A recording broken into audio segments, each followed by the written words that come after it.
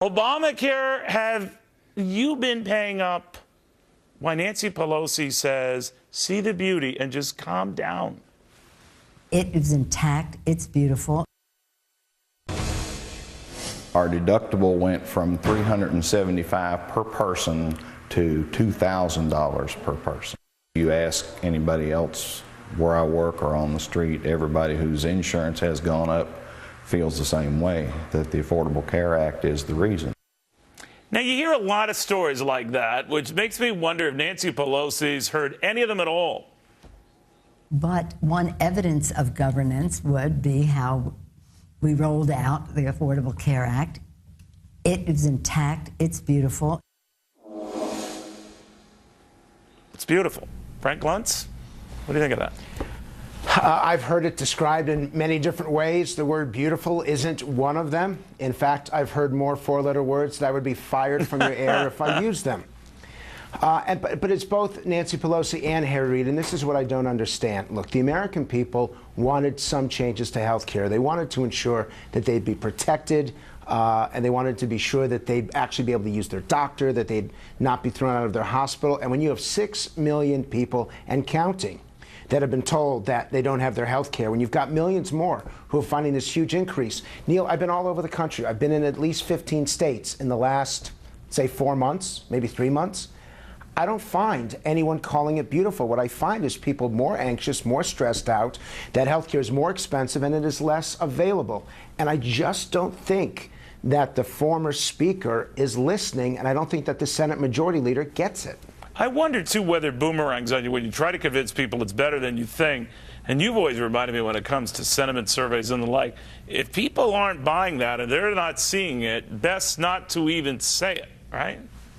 Perception's reality, and if you are speaking something that isn't what the public already sees, they will reject it. But it goes deeper than that, Neil. You've got Nancy Pelosi saying things about healthcare that the public doesn't believe, and you've got Harry Reid, who, and this is the day after Memorial Day, is more focused on the name of a football team than he is in correcting the moral indignations that have been happening to our military veterans. And I don't understand it. I don't understand. We're only 5 months away from the election, and you've got the Democratic leadership involved in things that the public doesn't care about. Fix the VA. Bring our taxes down. Restore accountability to Washington. Fix this healthcare system, and stop focusing on the names of football teams and do your gosh darn job. Neil, it's not happening, and it's why the American people give Congress, now wait for this, an 8% job approval rating. Gaddafi had a 15% job approval rating, and those are among the people who killed him. It's why I think a lot of people are going to lose their jobs in November. That's a damning comparison. But I'm wondering, when they really have such low opinions of Congress, they lump Republicans in with that, or they now have a mindset that, look, you keep saying everything's hunky-dory, and we're tired of it because it's not hunky-dory, so at the very least, we're open to change.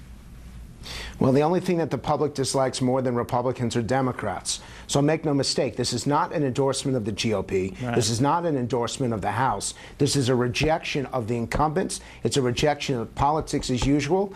And the VA, the segment that you did before mine here, is such a perfect epitome of what's wrong with Washington, that on Memorial Day weekend, you are more focused on sports than you are about defending and respecting our American heroes.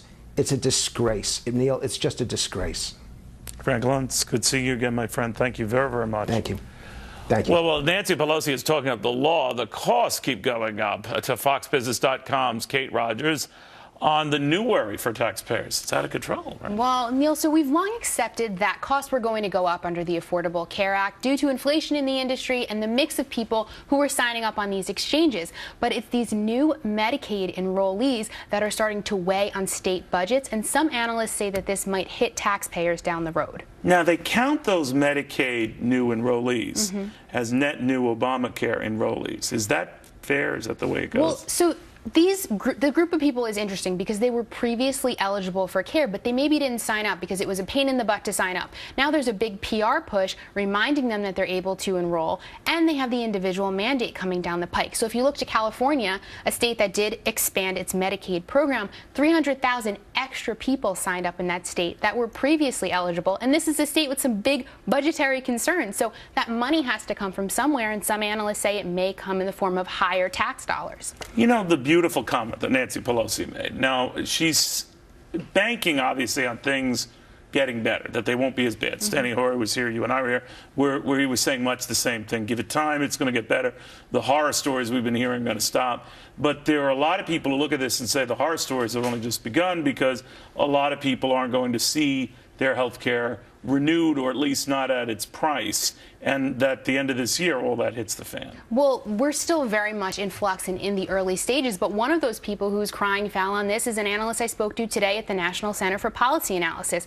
He says education costs and Medicaid costs are the two biggest budgetary costs for states, and if Medicaid costs go up, education costs may have to go down. Programs may have to get cut. If Medicaid costs increase by 25%, well, taxes will have to increase by 5 to 10%. So it will take time to see this flesh out, but it points to costs going up across the board. All right, real quick, you know, you're seeing a lot of businesses now being told you cannot just dump your folks onto exchanges without paying a hefty penalty, north of $36,000.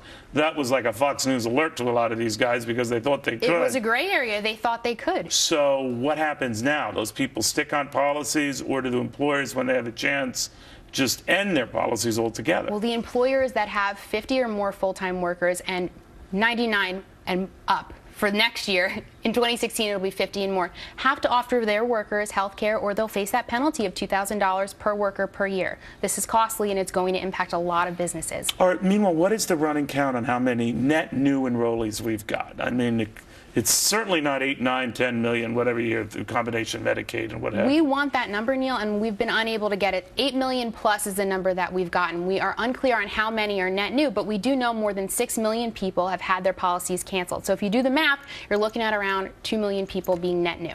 All right, amazing. All right, thanks, Kate, very much. Kate Rogers. Thank you.